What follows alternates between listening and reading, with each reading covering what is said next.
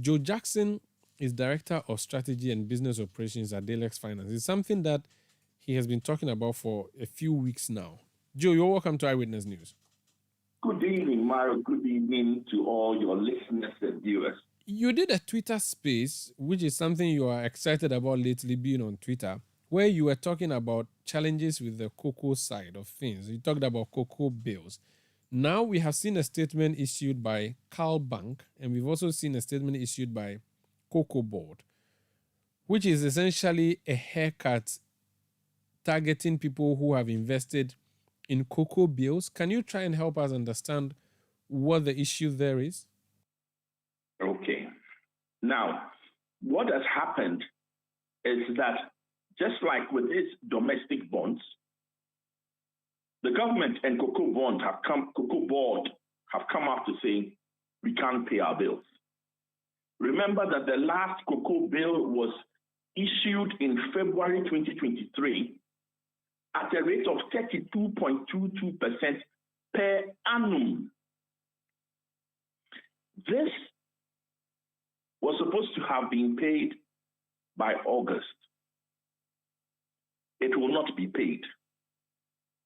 Any interest and the principal will be rolled up into one figure. And let's say you had cocoa bills worth 90 cedis, and you had bills worth you had interest worth 10 cedis, or rather let's say you had cocoa bills worth 68 cedis, interest worth about 30 cedis, adds up to 100 cedis.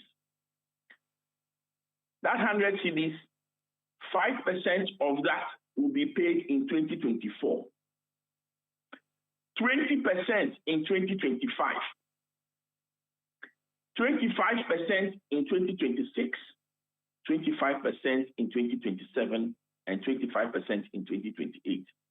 It means that the money that you should have received this year, plus interest, will be spread over the next 5 years, starting in 2024. And even then, in only 2024, only 5% will be paid. And your interest rate, which was at 32%, has now been reduced to 13%. This is another haircut. Unfortunately, for those primarily who bought cocoa bills, which is mainly the financial sector, and it's a tough one. Who is going to lose from this? Because unlike the general bonds, many people were affected. Individual bondholders, pensioners, and all of those were affected. We are told that this is just a select few, and that extensive agreements have been had, discussions have been had between COCOBOD and the finance companies or the banks, and there have been general agreements. So this isn't really a problem. Why am I laughing? The banks have already been hit by the domestic debt exchange. This is another debt they are going to carry. And it's massive. I was expecting money in August this year. I won't get it till the final bit till 5 years from now. I was expecting 30%. I will only get 13%. Even after the long wait, you're not going to get the full complement of what you were expecting to get in August. No, definitely not. The duration is extended to you lose money still. Yes. Where did this problem come from? Is it a government problem or a COCOBOD problem?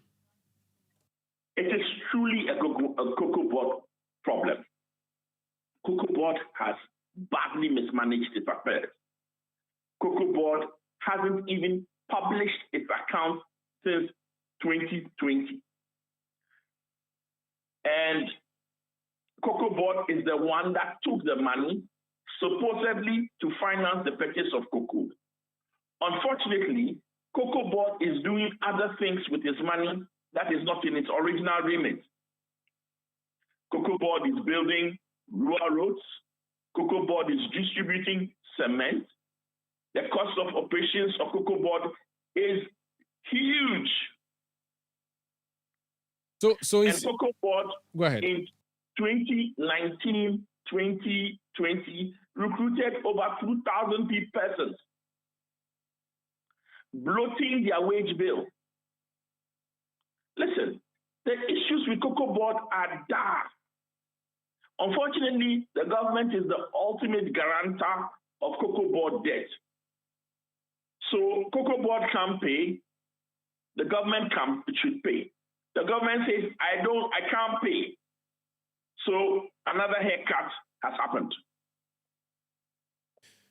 So what has happened in practical terms or in simple terms is that you give money or banks give money to COCOBOD for the purchase of cocoa from farmers like Happens, the syndicated loans.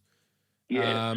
And what happened? Cocoa was produced, cocoa was bought, cocoa was exported, we made money. So it was a simple matter of paying you back after making profit. Where did the stagnation come? The COCOBOD couldn't pay because it spent its money doing very high operational bills in a lot of staff that he has been recruiting and paying well, and in other things that have nothing to do with the purchase and sale of cocoa. For example, roads and distribution of fertilizer. So the cocoa roads that the COCOBOD has been sponsoring? Well, you see, if the cocoa roads were being made strictly for cocoa producing areas and not being selected for political considerations, life wouldn't be that difficult. But cocoa roads are being used for political favor and patronage. So cocoa roads are being built, but a lot of times they don't directly impact on the delivery of cocoa. Is this negotiable like the bondholders were told when the government introduced the DDEP that it was a voluntary thing, you choose to sign on or not? Can the banks sign on to this? And if they have no option than to stay on it, what will be the consequence to the banking sector of Ghana? You know, when you are kids and there's a bully and he comes and he says, if you like, say fee. If you are a bank, say fee. Say you won't subscribe. All that will happen is that the central bank will cause you to write off the old cocoa bills because the government has said it cannot pay those old cocoa bills. So you don't have a choice. You can't say fee. You can't do anything. You just knuckle under, accept the losses, and move on. And the consequence to the banks? Of course, losses, liquidity challenges, unprofitability. Those are the consequences. And banks cannot go and pick it like pensioners did. If you like, go and pick it. Pay. So that's it. It's done, right? We are moving forward with 5 years to come from now. At this moment, it's done. The question then becomes, so this season will end in September. Last year, by this time, cocoa bills were being issued to finance the purchase of cocoa. How are you going to issue new bills in this climate? How are you going to finance the purchase of cocoa in this climate? Those are hard questions that COCOBOD must answer. It will be interesting to hear from COCOBOD how they propose to finance cocoa bills in this climate. We'll give them a call. Thank you for speaking to us, sir. Thank you, sir. It's always a pleasure.